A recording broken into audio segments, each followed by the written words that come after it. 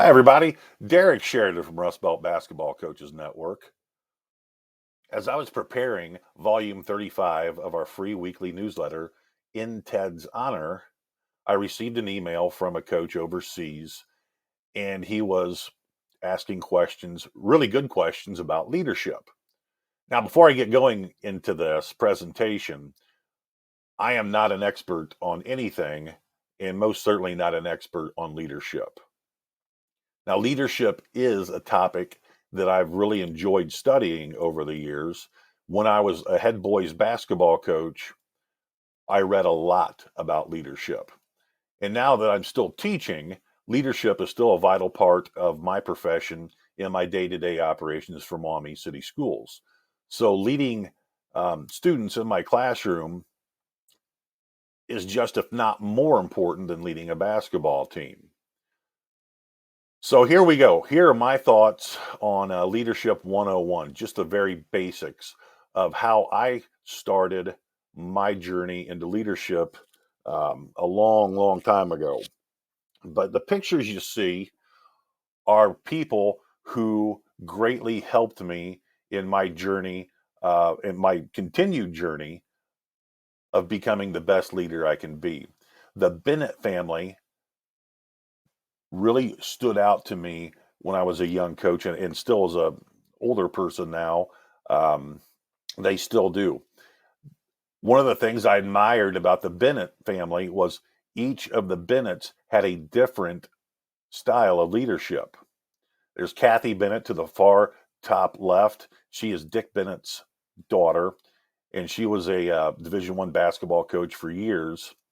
And then in the middle top is Jack Bennett, Dick Bennett's brother, and what a fascinating gentleman to speak with.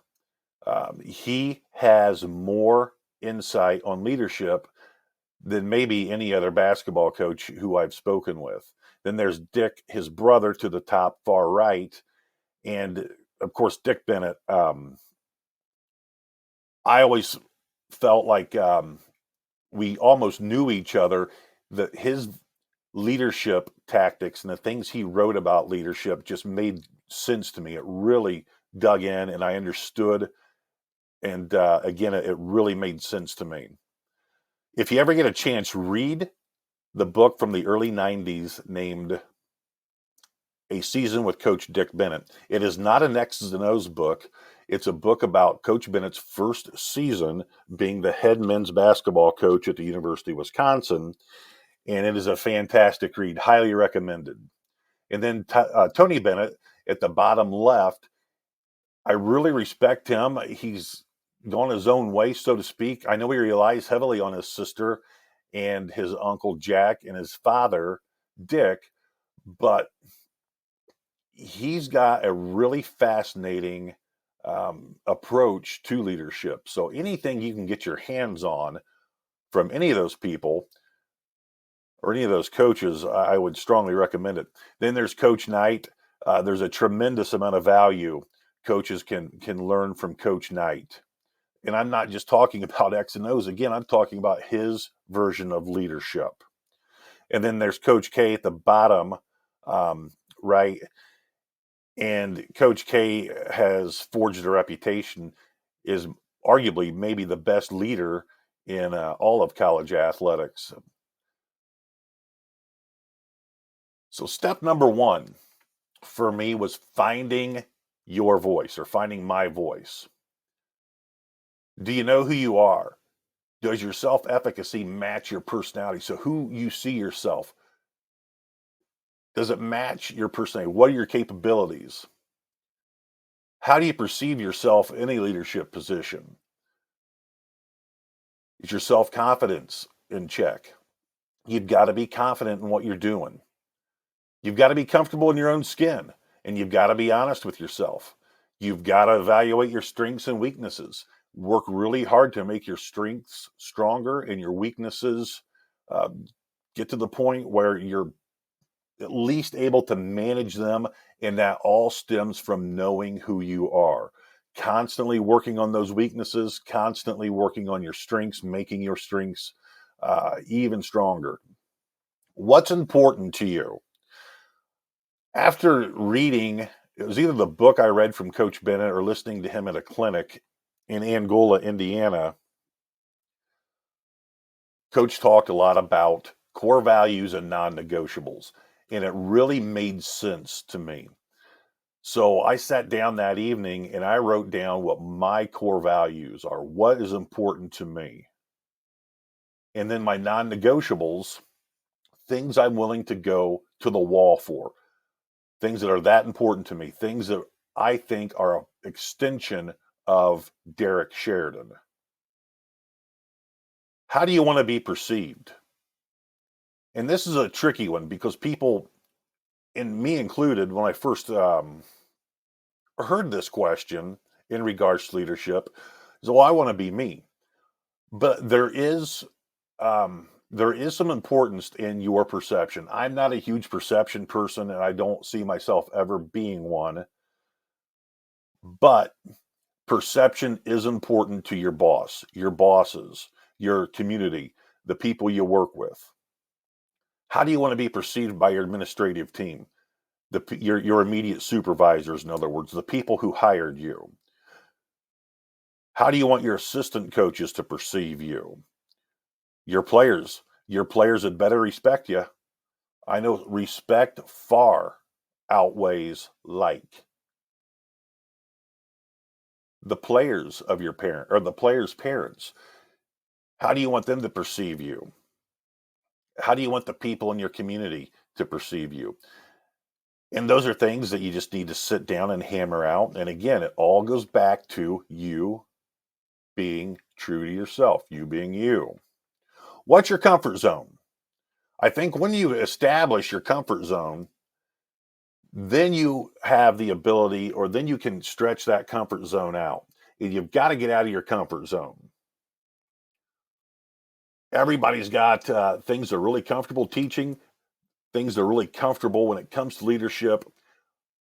But once you've established that comfort zone, you've got to get out of it and stretch that comfort zone and continuously make it bigger. Can you lead the way you want to and respect yourself at the same time? And again, that goes back to, are you being honest with yourself? Are you being true to you? You have to be you. You can evolve, but your evolution must be on your terms. The things that you learn, the takeaways that you gain from listening to other people, you've got to mold those things so they fit your personality. Don't worry about being someone else. You cannot do that. You'll have a hard enough time just being you. You really don't have time to worry about being anyone else. I think it's vital to understand, especially in coaching or teaching or any arena where you're leading other people, people pick up on leaders who are trying to be someone else. And that's a fact. A high school kid can pick up on someone who isn't being true to themselves darn near faster than anybody else. Research. Old and new leadership tactics. You can find value in both old and new. Study coaches and leaders from a multitude of different industries. Study current and older trends of leadership. For example, the big terms for the last several years have been transactional coaches versus transformational. And I'm really kind of in a quagmire when it comes to the transactional faction, because I've had coaches who kind of check the list off of what some of the experts list as transactional, but I didn't find them to be leading in an improper way. They were just being themselves. And then transformational is a less rigid approach to where you're giving yourself to everybody, and your main intent is to make everybody else around you better. Well, to me, that was kind of how all my coaches were. I don't think I ever, well, heck, I know I never had to play for someone who was a narcissist or somebody, or I never had to work for anybody like that either when I was an assistant coach. So that's something I really recommend you knuckle down on and study transactional versus transformational. Um, Study leaders in the business world. Study people who have to lead and motivate a vast number of individuals, and especially those people who have had success with it. But at the same time, I think people can learn a lot from reading or studying about people who failed. What did they do that led to their demise in the workforce? Because in a lot of leadership qualities, finding out what doesn't work is equally as important as finding out what does work. Talk to people who you respect. I don't care if it's a custodian or if it's a principal or somebody who owns a grocery store. If you respect them, find out what it is about them that makes you respect them, and then sit down and talk to them. You can learn a heck of a lot about leading people and talking to people who are outside of the realm of athletics. One of the best communicators and hardest working people that I know, and a person who's tremendous at communicating what his expectations are, is our building custodian at the school I teach at, Greg Balzerzak. I've learned more about treating people and leading people from Greg than I have from a lot of different types of people. Our building principal right now, uh, Jim Amspoker, won a state championship at Patrick Henry High School in Ohio. And you can take it to the bank that I listened to Jim carefully. And I have really picked up on a lot of great things that Jim does in regards to leadership. He leads the building, I think, the way it should be led, and is fantastic at doing so. Take leadership aspects from others and make them yours. You have to be you, and I will continuously go back to that statement. Take things that others do that you think are great or effective and mold it into you. Mold it into your philosophy, add it to your philosophy, and keep tinkering with it. Have you found professionals whose leadership traits make sense to you? And I referenced Coach Dick Bennett, and I think that's important. If you can find somebody who's leading at a high level and what he or she says really hits home base for you, you get it, in other words. Take those things that you've learned from them, add it into your repertoire of leadership, but make sure it's stuff that you are capable of doing comfortably. And when I say comfortably, I don't mean everything has to be peaches and cream. That's just not realistic. So what I mean by that is you can take aspects of their leadership traits, add it to your characteristics or traits in such a way that you have developed it for you, or developed them for you, for the benefit of your leadership. Don't be afraid to ask questions. Most professionals will be honored that you contacted them. Have a list of questions prepared and get after it. There's a plethora of free classes available on the topic of leadership. Jump in.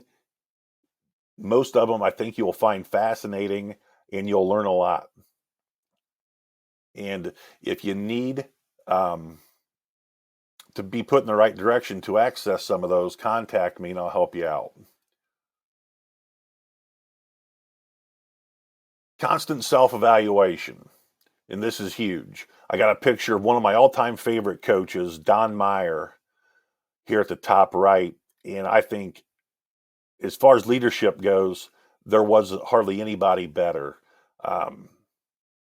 He just seemed, again, like Coach Bennett, how he said things, the way he said things, his organizational system, his communicative style just registered with me. And he has a ton of things, even though he's deceased, available online for free that you can read in regards to leadership. Then there's a picture of Steve Alford. I think he's got a great grasp on leadership. I love listening to Coach Offord. And then in the middle, there's John Chaney, the old Temple coach. And what a fascinating human being. I could listen to Coach Chaney talk about leadership and just listen to him talk in general for hours on end. Well worth your time in studying him. And then at the bottom right's Charlie Coles, the retired coach from Miami of Ohio. And he, again, is a fascinating communicator. He's got a ton of great stories, but when he talks leadership, he gets serious really quick. And I could listen to Coach Coles talk leadership all day, all night. He is fantastic. I strongly recommend that you take advantage of that. Self-evaluation is critical in becoming the leader you want to become. Ask yourself, am I being me? Am I happy? Well, if you're not, find out what it is that's not leading to happiness. You're not always going to be happy. We all know that. But I'm talking about on a consistent level. Are you happy with how you're conducting yourself? Are you happy with the way you communicate? Are you communicating effectively? Am I modeling what I preach? Because everybody knows one of the biggest turnoffs is listening to someone talk about leadership or talk about a topic, and then you see them in the real world, so to speak, and they don't model anything that they just preached about. So I think it's of vital importance, no matter if you're working with high school kids, middle school kids, adults, whatever, you've got to model what you preach. If not, you've lost them and you've lost all relevance with them. And then it's really hard to get that back. And I also wanted to add a lot of my thoughts on leadership stem from defeat or stem from mistakes I've made or stem from me realizing that, man, I really screwed that up. I could have done a lot better. So the key to that is not to beat yourself up. It's to learn from it, learn from your mistakes, and do your best not to make those same mistakes again. What problems have I been facing, and how could I solve them more effectively? I think that's huge because everybody who's coached or led other human beings knows there's always going to be problems, always. It's not the problems that bog people down, it's their inability to solve them. Break them down to simplest terms, and find out how you can solve problems more effectively. What have I done that seemed to be effective? I thought I did a really good job on this. I self-evaluated it. I watched a video of myself, whatever. Maybe, for example, I used to be the president of District 7 coaches, basketball coaches association. And along with that job, you've got to do a lot of public speaking in front of large, really large audiences. And I would have my wife videotape me speaking on her iPad, and then I'd go home and watch it. And if I did a really good job, I was really happy on how I communicated. I was happy about my demeanor, my appearance, etc. Now you got to figure out, how can I repeat it? I want to make that part of me. I want to make it part of my DNA. Am I organized enough? Organizational skills are a huge, huge part of your journey in leading. You've got to be organized. Organizational skills are of the utmost importance, as are communication skills. Those are things that good leaders have.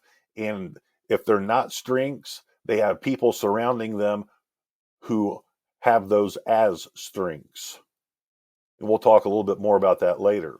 I'm a big fan of keeping a personal journal dedicated to leadership.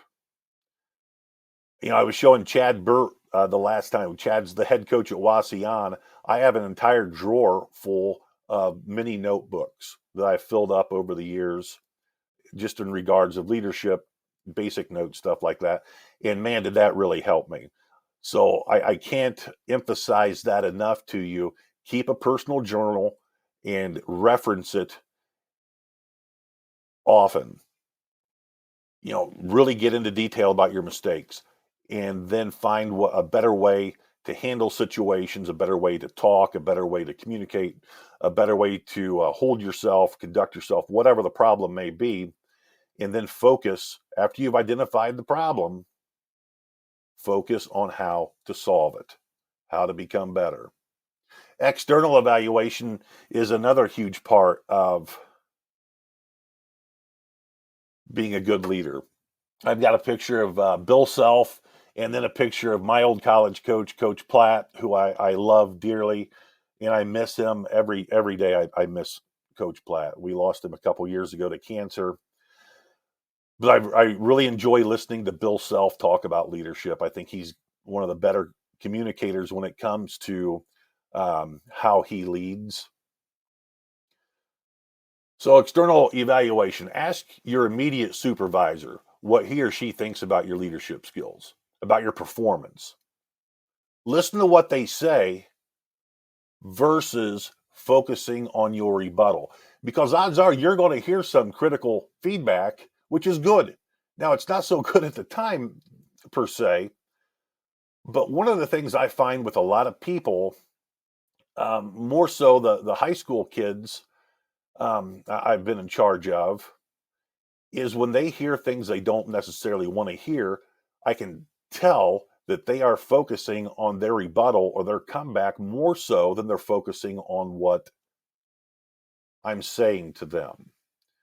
So it's critical to train yourself not to be sensitive. You ask the question, now step up to the plate and get your answers.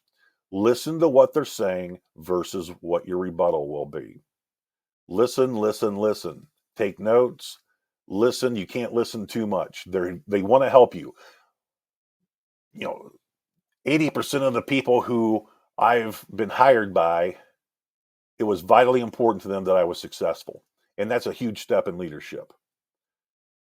So if they have a passion for you being successful, it most certainly behooves you to listen to what they're saying, take your sensitive hat off, listen, and make what they're telling you make you better.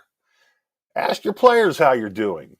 Um, Greg Campy, I got this from Greg Campy, and then it was kind of synchronicity.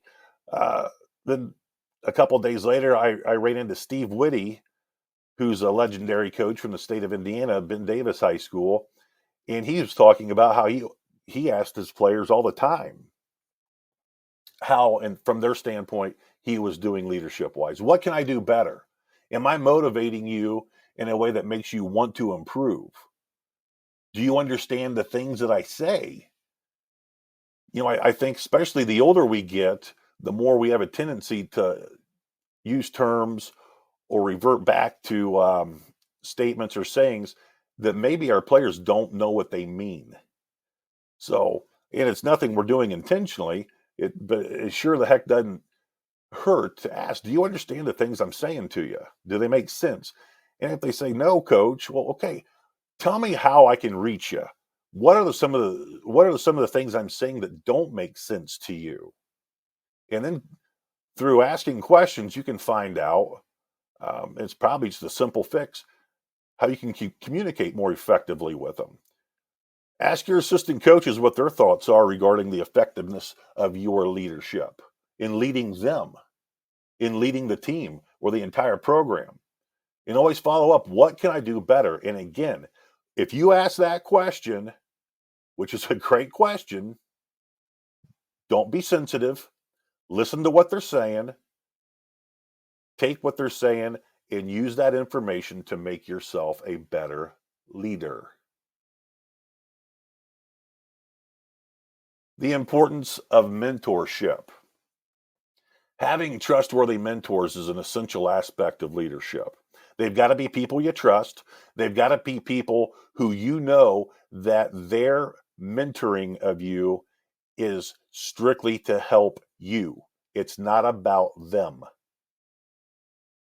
They aren't the people who are going to go to the barber shop or the bar or wherever and boast about, yeah, I'm helping Coach Sheridan. He's listening to me, and you don't want people like that around you.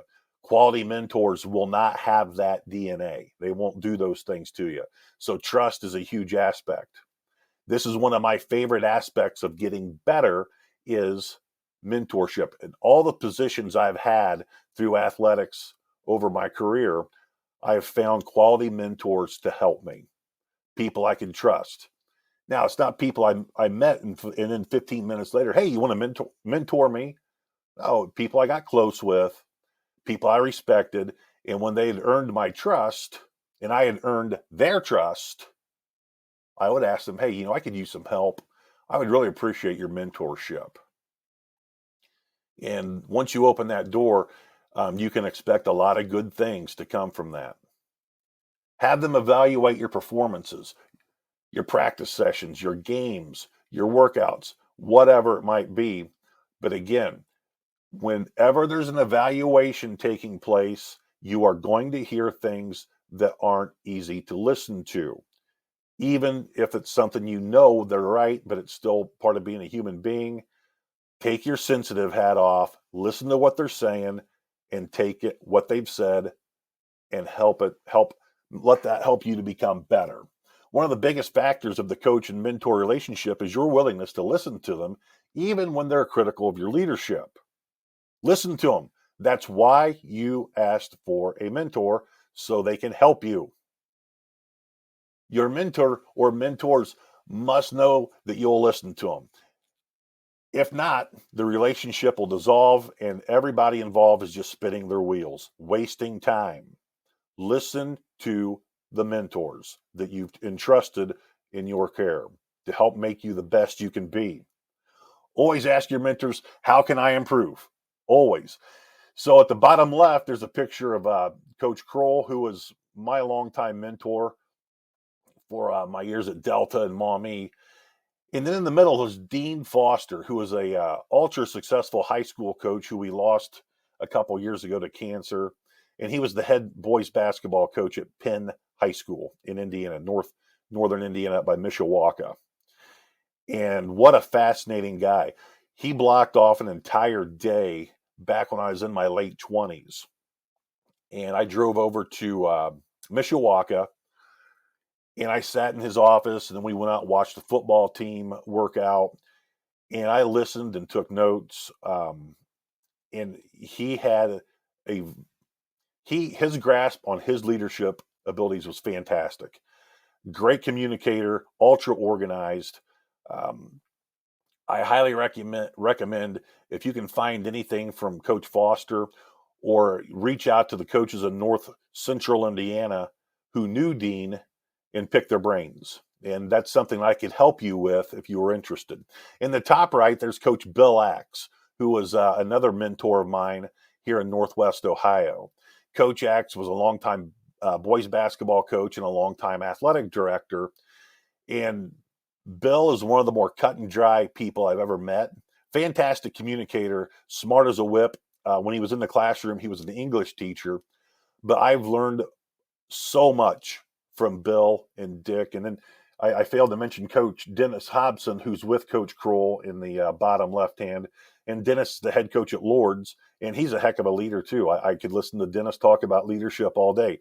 In the bottom right, there's Coach Rick Van Meter, a Hall of Fame coach from Greenfield McLean High School in Southwest Ohio. And I was fortunate enough to be on Coach Van Meter's staff. And what a great guy. A fantastic basketball coach. I mean, I know I'm telling you an Ice Cube's cold. He's in the Hall of Fame. But Rick's way of leading was highly effective. And I have small mini notebooks full of notes I'd taken from practices or after games after working with Coach Van Meter.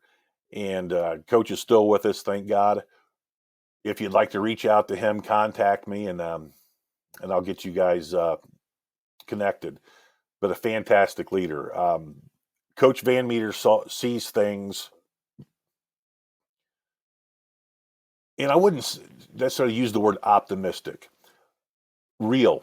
He was a realist if there ever was one, and a person who was ultra comfortable in his own skin.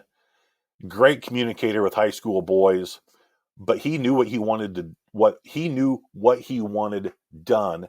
But the thing with Rick was he knew how to teach everybody, including us, his staff, how he wanted us to perform certain tasks. And very effective communicator. Just a fantastic human being and one of the best leaders I've ever been around. So I can't stress enough the importance of developing a mentor relationship with a professional whom you trust. Well, that'll wrap things up here. I know this was pretty brief. It's just kind of a leadership 101 from my experiences. And I hope that helps you at least get started on your journey of finding leadership or finding your capabilities in leadership and finding ways you can improve. If you have any further questions, please contact me. My email address is derek.sheridan44@gmail.com. This presentation has been brought to you by RBS Activewear. RBS Activewear has mastered the art of online sporting goods sales. Their prices are competitive. Their embroidery, screen printing, all of those things are top notch. You will not have a bad experience dealing with RBS Activewear in their staff.